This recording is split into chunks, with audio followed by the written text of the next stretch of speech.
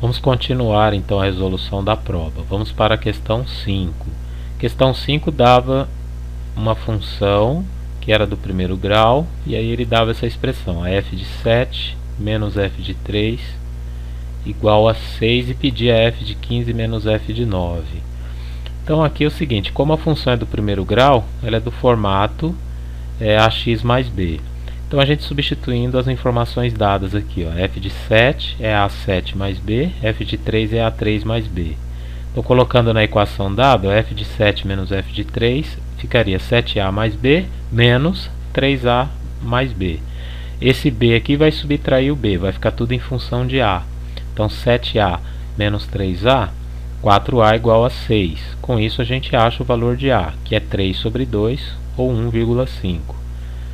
E aí vamos fazer o mesmo procedimento anterior, f de 15 menos f de 9. Então o 15 a gente vai colocar 15a mais b. Para o 9, então 9a mais b. Esse b de novo ele subtrai o b, fica tudo em função de a. 15a menos 9a, que dá 6a. O a, como a gente calculou aqui anteriormente, basta substituir. a vezes 1,5, 9. 9 corresponde então à alternativa B para esse exercício. Vamos para o próximo. Bom, o próximo exercício ele dava uma expressão aqui e queria saber qual a maior distância do satélite até a superfície da Terra, né? Tem um contexto aqui em cima. Mas a ideia aqui é o seguinte, ele diz que ele dá a função d em relação ao cosseno de θ aqui, né? E ele fala que o θ está variando de 0 a 360. Então aqui é o seguinte, como ele quer o maior valor, né, a maior distância aqui, como aqui se trata de uma divisão, então isso, essa parte aqui do denominador, ela deveria ser a menor possível, né? Então a gente sabe que a função cosseno pode assumir valores de menos 1 a 1. Então neste caso aqui, o ideal é colocar o valor para o cosseno, né, como menos 1. Para quê? Para a gente obter o menor valor aqui no denominador, ó. Então a gente tem 1 mais 0,2 vezes menos 1, fazendo aqui os cálculos dá 0,8, fazendo a divisão 15.000 menos 6.400 dá 8.600 km. Então essa distância seria de 8.600 km, que vai corresponder então à letra E para esse exercício. Vamos para o próximo. Bom, o próximo exercício ele fala o seguinte, que ele dá num plano cartesiano um ponto AB, ele fala que ele vai girar 90 graus, sentido anti-horário, em torno da origem, vai obter um ponto B. E o ponto C é simétrico de B em relação à origem. E ele pergunta então quem vai ser o ponto C. Aqui está uma figura pronta, né, que eu fiz usando o software GeoGebra, né, que ele já mostra aqui o resultado do exercício. Porém, eu vou mostrar no GeoGebra como é a ideia, né, de se construir. Tudo bem que isso é uma prova de concurso, não pode usar software, mas eu estou fazendo aqui na solução só para poder dar uma ideia, né, de como foi pensado esse exercício. Bom, esse exercício começa aqui, ó. Aqui você tem o ponto AB que foi dado, e ele vai fazer uma rotação de 90 graus em torno da origem. Então isso seria assim, ó. Ele vai fazer esse tipo de rotação, chegando aqui, ó, 90 graus. Então veja bem, aqui eu tenho o ponto AB, ele virou menos BA. Por quê? Porque aqui embaixo, ó, em relação a esse segmento aqui que vai da origem até o ponto A, a gente pode formar aqui nessa parte de baixo um triângulo retângulo. E esse triângulo, né, imaginário, ele também sofre uma rotação quando a gente faz a rotação desse ponto.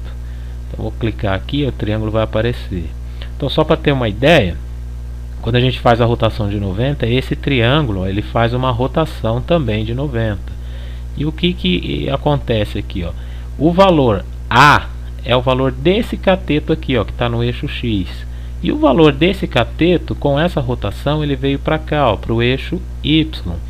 Por isso que o A aparece aqui, né? Assim como esse cateto, ele corresponde aqui o B, né? O mesmo valor aqui, né, desse segmento veio para cá. Só que aqui a gente lembrar que esse quadrante, né, o valor do x é negativo, então seria menos b sobre a. Esse seria o ponto B, né? E aí ele fala que esse ponto vai fazer então uma reflexão em relação à origem que vai gerar um ponto C aqui embaixo.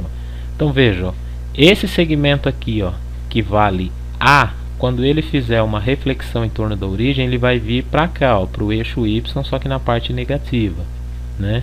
Então a resposta disso seria aqui, ó, né? Ele fez uma reflexão desse triângulo, ele veio para cá. Então a resposta daquele exercício seria B e menos A, a coordenada do ponto C. Vamos voltar lá para o exercício.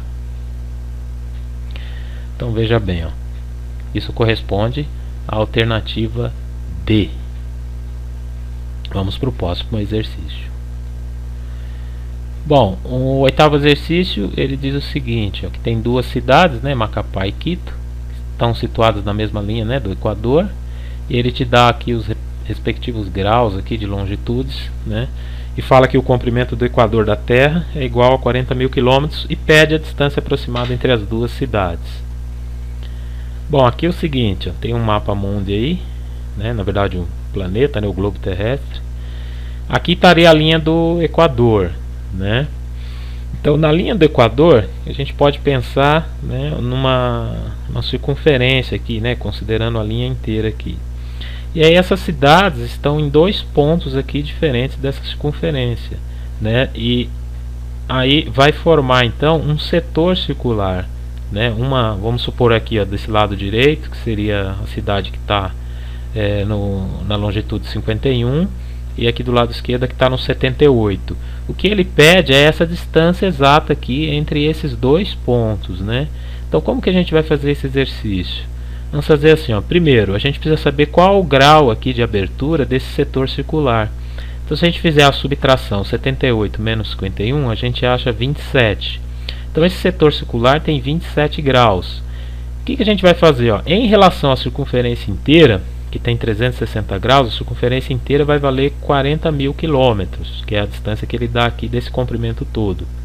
Então a gente precisa saber quanto que é esse comprimento. Esse comprimento ele vai ser proporcional à abertura aqui do ângulo, que no caso 27 graus. Então isso ficaria assim, ó, 27 sobre 360, que é a circunferência inteira, para a gente saber qual é a fração, né, que é equivalente aqui desse setor em relação à circunferência inteira. E tudo isso vezes o 40.000, que vai dar 3.000 km. E aí no caso corresponde a letra E para esse exercício. Vamos para o próximo.